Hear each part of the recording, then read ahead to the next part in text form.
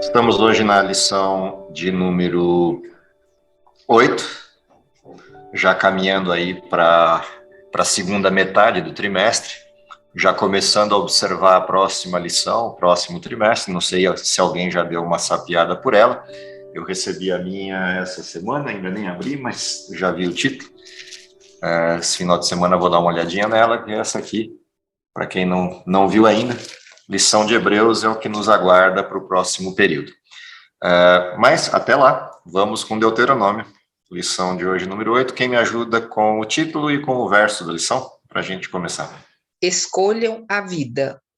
Hoje tomo o céu e a terra por testemunhas contra vocês, que lhe propus a vida e a morte, a bênção e a maldição. Escolham, pois, a vida para que vivam, vocês e os seus descendentes. Deuteronômio 30, 19. Okay. A lição dessa semana é uma lição bastante interessante, com algumas das questões que ela levanta para a gente refletir.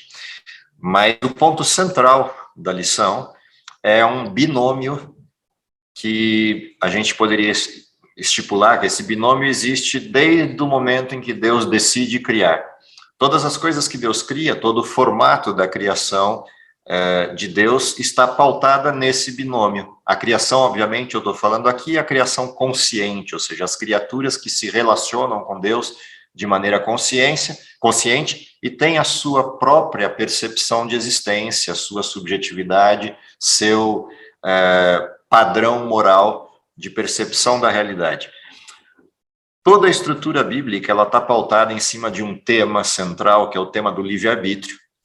E sobre esse tema do livre-arbítrio, pautam-se todos os demais temas que a Bíblia apresenta no que diz respeito às escolhas que o ser humano precisa fazer, as decisões que ele toma e a maneira como ele desenvolve o seu processo de vida, de existência, de percepção de mundo.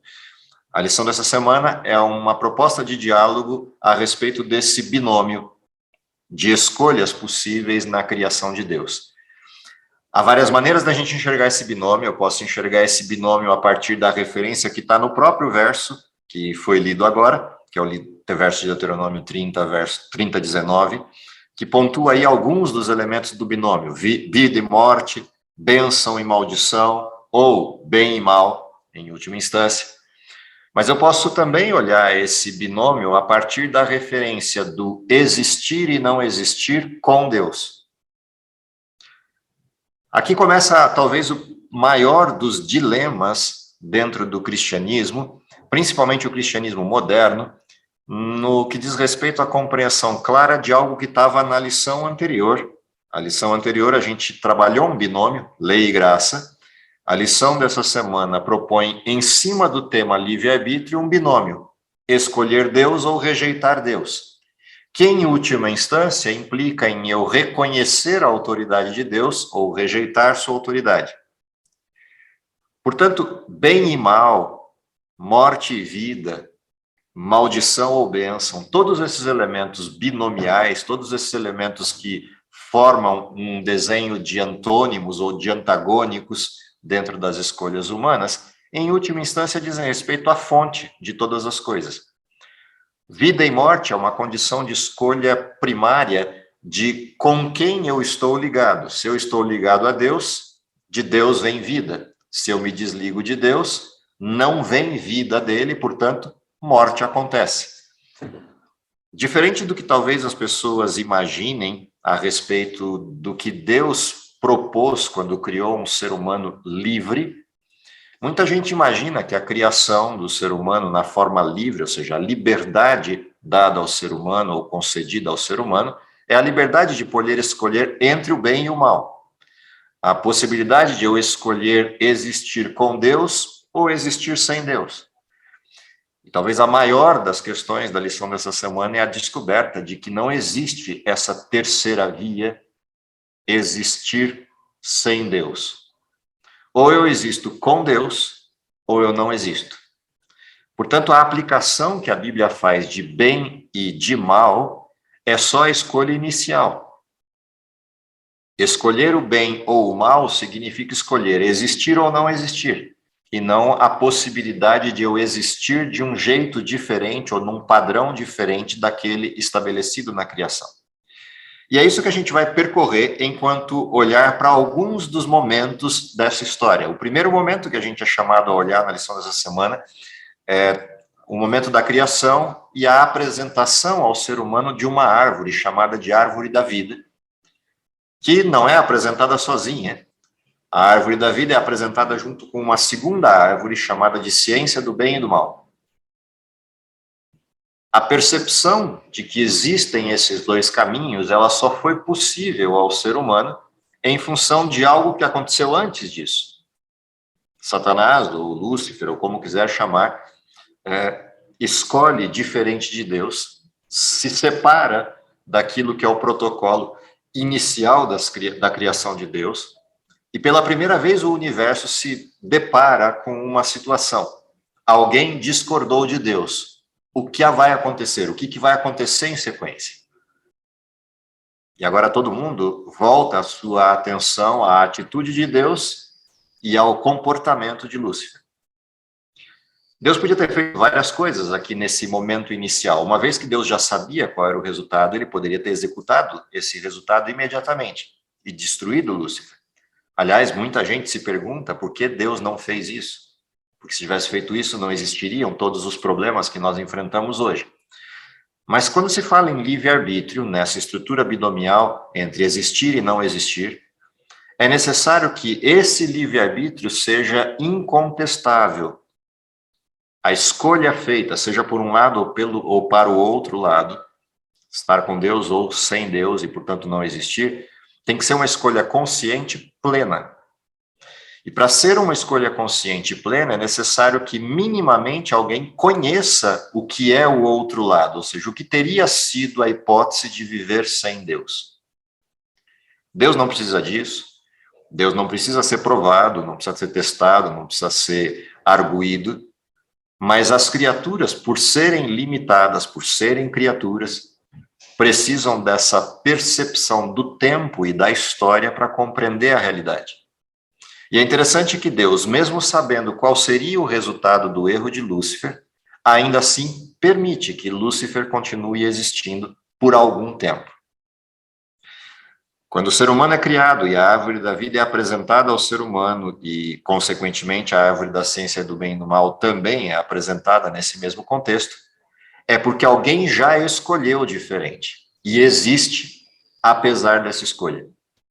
O que significa que os próximos seres que vão sendo criados já são criados dentro de um ambiente onde existe o bem e existe alguém vivendo no mal, com o mal, a partir do mal. E Deus agora apresenta para Adão e Eva essas duas possibilidades. Olha, existe isso aqui, que é o meu plano, e tem essa outra proposta, que é a proposta de Satanás. Só que eu preciso avisar vocês. Satanás, quando fez a sua escolha, não tinha a percepção do resultado, de que divergir de Deus implica a morte. Mas vocês agora não há desculpa para essa questão. Vocês já vão começar a estrada de vocês sabendo disso. Ou vocês escolhem essa estrada e têm a vida, ou vocês escolhem essa estrada e o resultado é morte. Tudo certo? Compreenderam? Sob o ponto de vista lógico, essa compreensão é até factível para Adão e Eva, mas não havia nenhuma expressão de morte em canto algum do universo. O único sujeito que tinha pecado era Lúcifer e os seus anjos, obviamente, mas eles não morreram. E agora Deus diz que se Adão e Eva cometerem um pecado, o resultado será morte. Mas o que é morte? Nenhum deles sabe. Nunca ninguém viu o que é morte. A história a gente conhece. Gênesis 3 apresenta o resultado dessa história. Adão e Eva pecaram. E o curioso é que não morreram. Pelo menos não na hora. Quando a gente olha essa estrutura e vê Deus não matando a Lúcifer nem os seus anjos, não matando Adão e Eva, qual é o objetivo de Deus? E o que isso tem a ver com o texto dessa semana, com a expressão do texto de Deuteronômio, principalmente o capítulo 30? Qual é a grande relação entre esses elementos?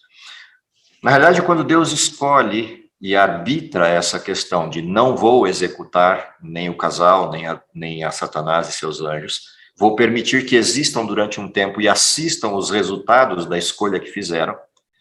Na realidade, quando Deus faz isso, ele torna evidente esse binômio vida e morte, não só como uma consequência natural de se separar de Deus e morrer, mas como a única consequência possível se Deus quiser continuar sendo justo e amoroso. Porque uma das coisas que se percebeu depois do pecado é que qualquer sujeito que vive na desgraça do resultado do pecado desejaria, se as consequências do pecado caíssem sobre ele, desejaria a morte. Ou seja, se Deus não intervisse no processo, não interviesse no processo, bloqueando as consequências minimamente desastrosas do pecado por algum tempo, o ser humano teria desejado morrer já logo de início.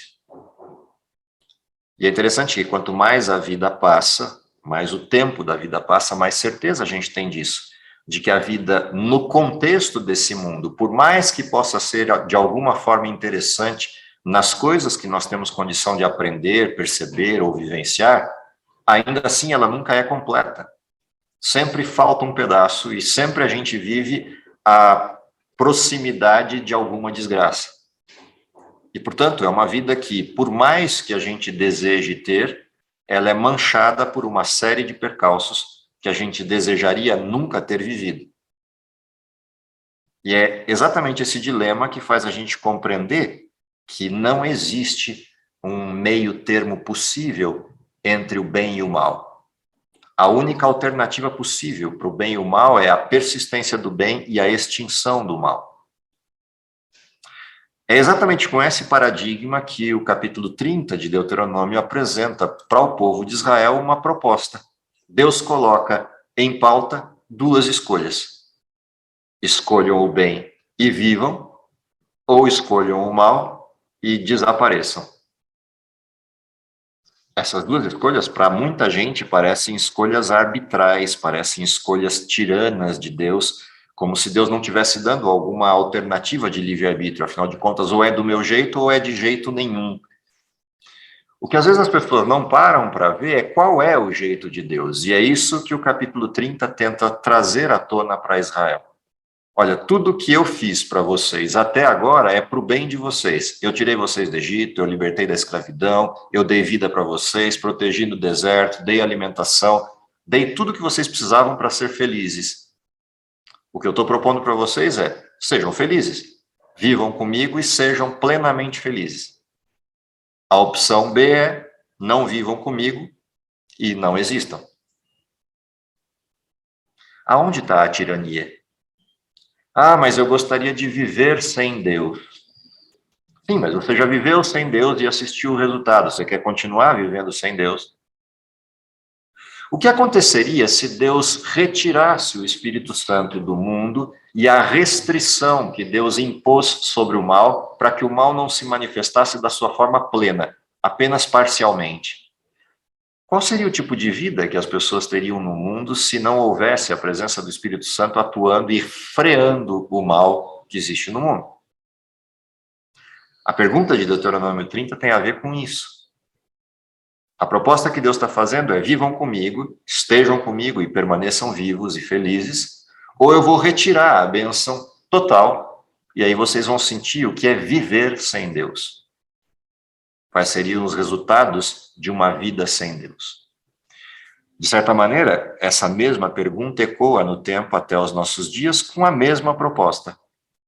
Nós temos um paradigma, temos um texto, temos uma referência histórica, temos pessoas que vieram antes de nós, que viveram a sua vida com todas as possibilidades, e a gente pode assistir o que elas fizeram e qual foi o resultado.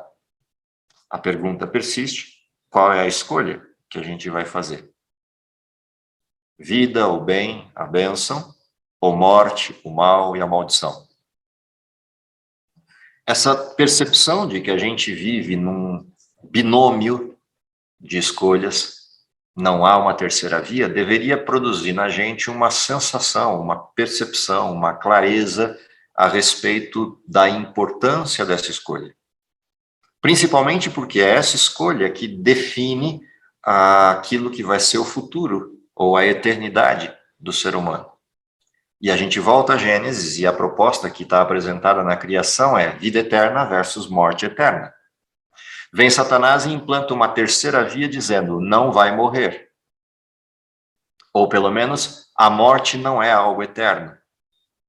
A morte é simplesmente um outro jeito de viver. E aí ele cria toda uma fantasia a respeito disso e sustenta essa fantasia, curiosamente, fazendo imitações do que seria alguém que morreu. E ele percebeu que essas imitações criam adesão, elas criam nas pessoas uma falsa expectativa e uma esperança baseada não em Deus, mas em outras coisas. E a Bíblia descreve que Satanás e seus anjos aparecem às pessoas das mais variadas formas, imitando pessoas que se foram antes de nós, para dar uma falsa ideia de que a gente não vai morrer, a gente só vai mudar de estado, só vai mudar de condição.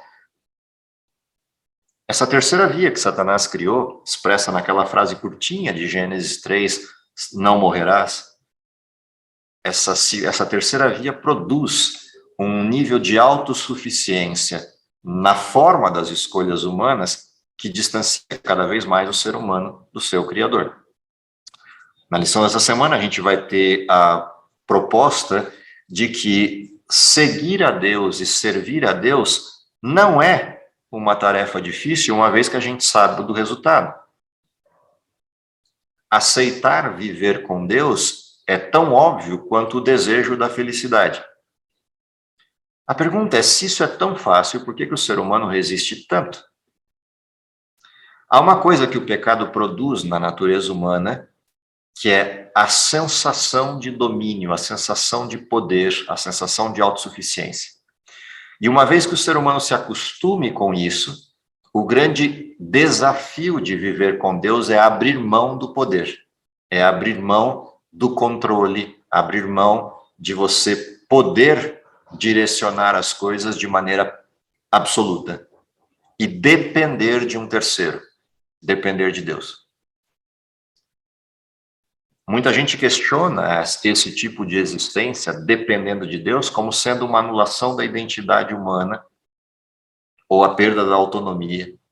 Quando, na realidade, a dependência não é a dependência nas coisas corriqueiras que a autonomia nos permite, a autonomia da criação, mas é depender no sentido de perceber que eu só estou vivo por causa dele e de que todas as respostas plenas às perguntas que eu tenha estão nele. É esse tipo de dependência que a Bíblia propõe. Não é uma dependência de, eu quero beber água e vou pedir para Deus se eu posso beber água. Não é esse tipo de dependência. Ou eu preciso me levantar e preciso da ajuda de Deus para me levantar. A dependência é a dependência da consciência plena de que eu só existo a partir dele. E de que ele é quem tem todas as respostas para as perguntas que eu não encontrarei resposta em nenhum outro lugar. O problema é que o ser humano se acostumou com uma vida autossuficiente, aquilo que parecia uma decisão fácil, depender de Deus, se tornou talvez o maior embaraço para a vida humana. Porque o pecado enlaçou o ser humano a tal nível que ele não consegue se desprender mais dessas amarras e viciou nessa autossuficiência, ou na busca de soluções pelos próprios meios e pelos seus próprios caminhos. Quando a gente observa essa sequência que a lição dessa semana vai montando para chegar na última parte da lição com a essência de tudo isso, a essência de todas essas coisas resume-se no primeiro mandamento: ter a Deus como soberano, ou adorar a Deus na sua forma plena, que seria o conjunto dos 4 primeiros mandamentos. No fim das contas, todas as questões bíblicas atreladas ao livre-arbítrio se resumem em uma única questão: adorar a Deus ou rejeitar fazê-lo. Tudo na Bíblia é uma questão de adoração. O problema é que a palavra adoração também foi outra palavra que foi alvo das adulterações de Satanás. E no contexto do que Satanás pretende, a adoração, no movimento idolátrico da palavra adoração, Na realidade, é a substituição de um Deus de amor pelo acolhimento de um Deus tirano, que precisa ser adorado para sua ira ser aplacada, ou que precisa ser adorado para me conceder coisas, como se a adoração fosse uma moeda de troca, uma barganha com Deus. Seja no sentido da tirania ou no sentido da barganha, o que Satanás fez foi desvirtuar o sentido da palavra adoração.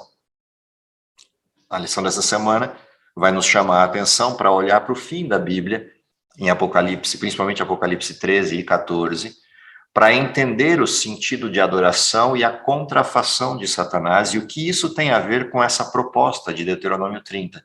Escolha a vida e viva, escolha a Deus e permaneça vivo, escolha a Deus e permita que Deus cumpra a promessa feita a Abraão, a Isaac e Jacó, naquilo que ele prometeu dar aos seus filhos. Escolha tudo isso e viva, e não só você, mas toda a sua descendência. O cumprimento disso tem a ver com o que está em Apocalipse 13 e 14, o sentido pleno da palavra adoração. O que significa adorar a Deus no sentido máximo. A primeira coisa é o reconhecimento de que somos criaturas dele, feitura dele. Entender isso. Isso não é algo ruim, não é algo pejorativo, não é algo que nos diminui, é simplesmente algo que nos dá identidade. Agora eu sei quem me fez, portanto eu sei para quem eu posso perguntar qual é o meu propósito, por que eu existo, para onde eu tenho que ir. O pecado vem e assola isso dizendo, se você for perguntar, então você é robozinho daquele que te fez. Quando na realidade o caminho é exatamente o oposto.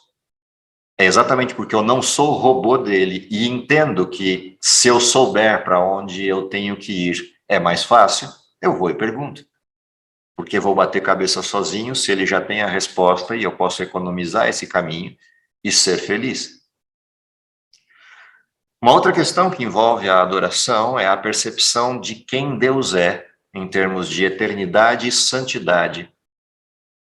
E, portanto, adorar a Deus na sua santidade e reconhecer a sua soberania pelo tempo e eternidade, ou seja, Deus é em todo o tempo, é entender que mesmo que eu estivesse na pior condição, o fato de Deus ser em todo o tempo me permitiria corrigir tudo isso.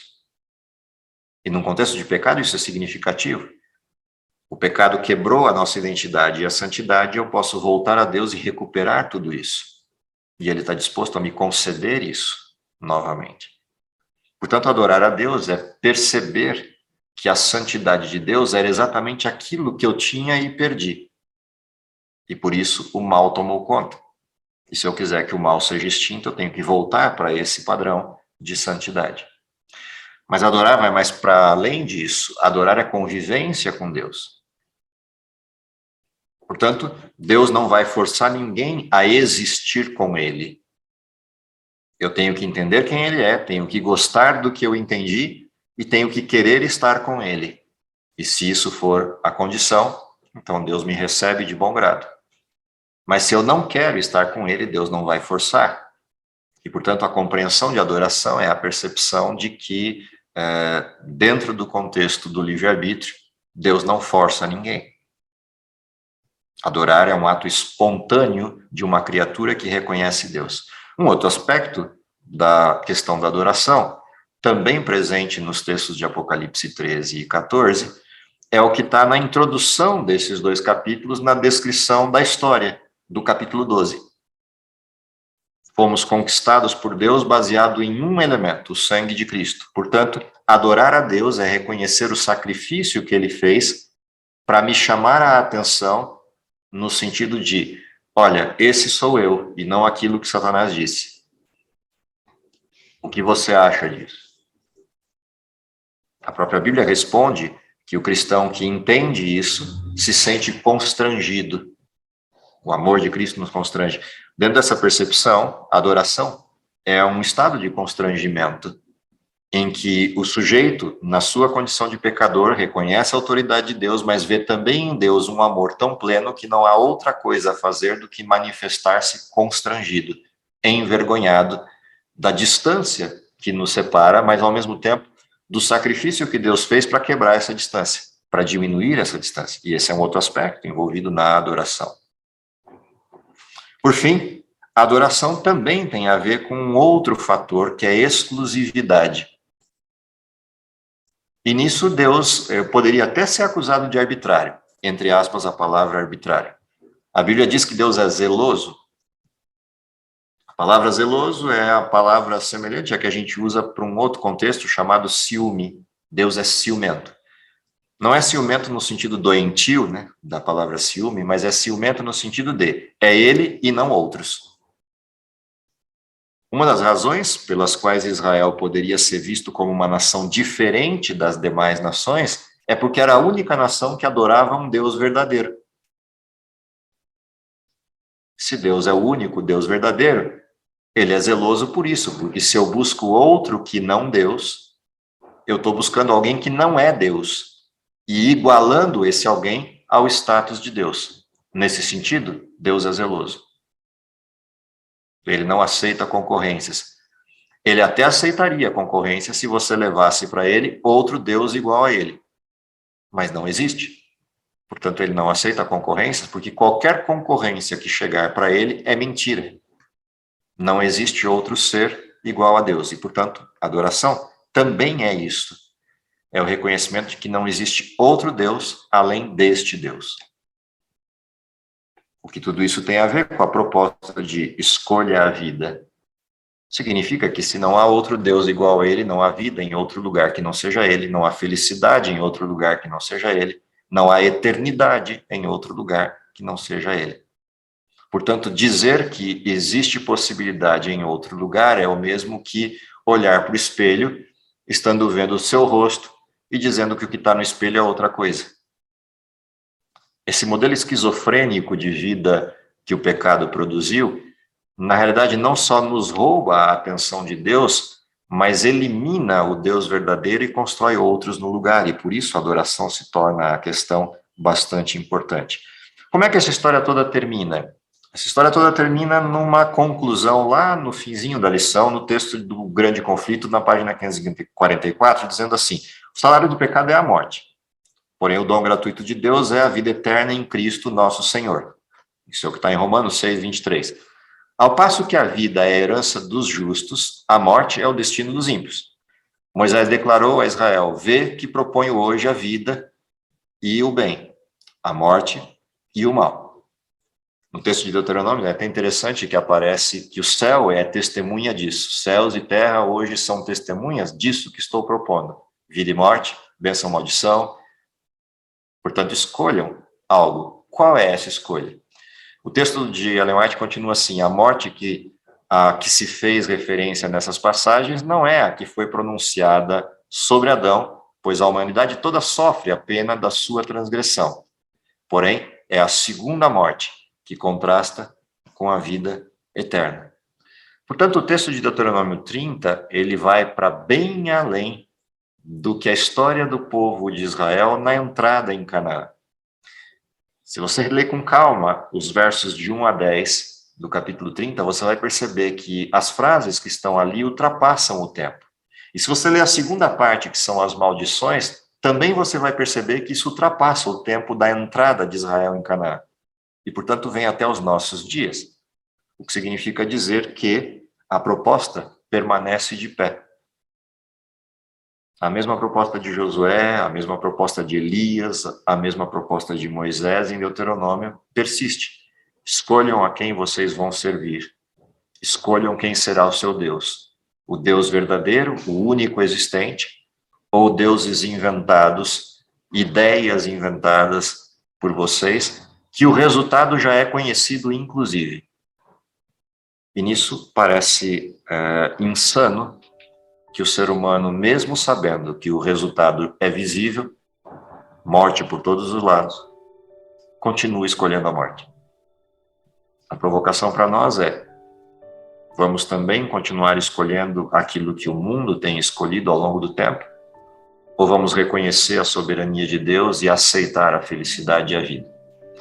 A bênção dessa semana é que a gente compreenda isso em todas as dimensões das diversas nuances que os textos vão nos conduzir essa semana, mas principalmente perceber a sutileza das artimanhas que Satanás tem para convencer o mundo de caminhos tortos ou caminhos distintos daqueles que Deus propôs. Que Deus abençoe vocês. Tenhamos um bom estudo essa semana. Nos vemos a semana que vem, se Deus quiser. Vamos orar?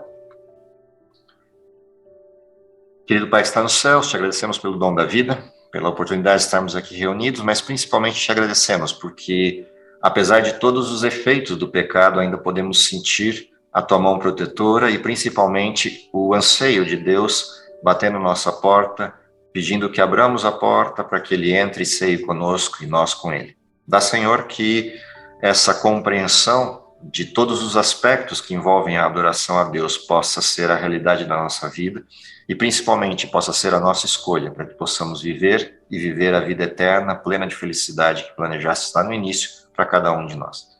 Abençoa todos nós, nos dá uma semana agradável de estudos, é o que lhe pedimos por Jesus. Amém.